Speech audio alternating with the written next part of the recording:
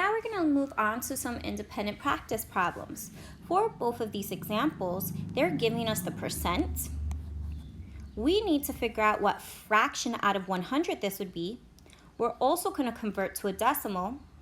We're going to simplify the fractions if possible. It might not be possible. And then we're also going to fill out your hundreds grid, or you may also call this a decimal grid. We've worked with these throughout the school year.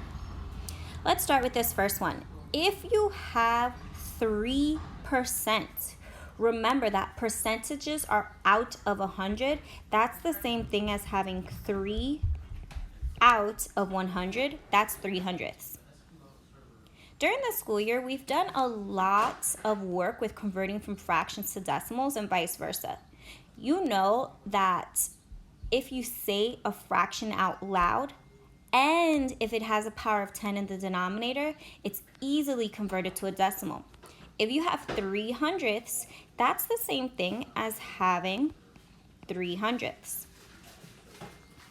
And looking at this fraction, is it possible to simplify? Think about your greatest common factor. Are there any common factors besides the number 1 that 3 and 100 have? Nope, so it's already simplified. And now for your hundreds grid. 3 out of 100, you're just going to fill out literally 3 of your squares out of the 100 squares. That one was an easy problem. Let's take it up a notch. This time we have 45%. Remember, percentages are just a fraction out of 100. So if you have 45%, that's like having 45 out of 100. Again, to convert a fraction to a decimal is quite easy. If I have a denominator that's a power of 10, it will easily be converted into a decimal. I can also check myself by saying this number out loud. 45/100, I know, would be written like this as a decimal. 45/100, 45/100. And now let's see if we can simplify our fraction. Thinking about all the factors of 45 and 100, I'm just going to list them very quickly. Let's start with the 45.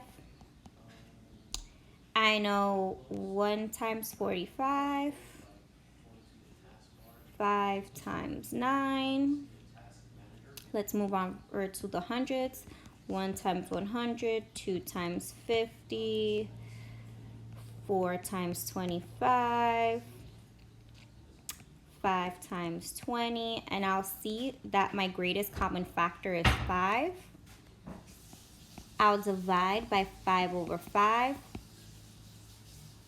which would give me 9/20. So I know if I simplified 45/100, that would be the same thing as 9/20. And now moving on to your hundreds grid. Remember, you are taking 45 out of the 100. So fill in 45 squares.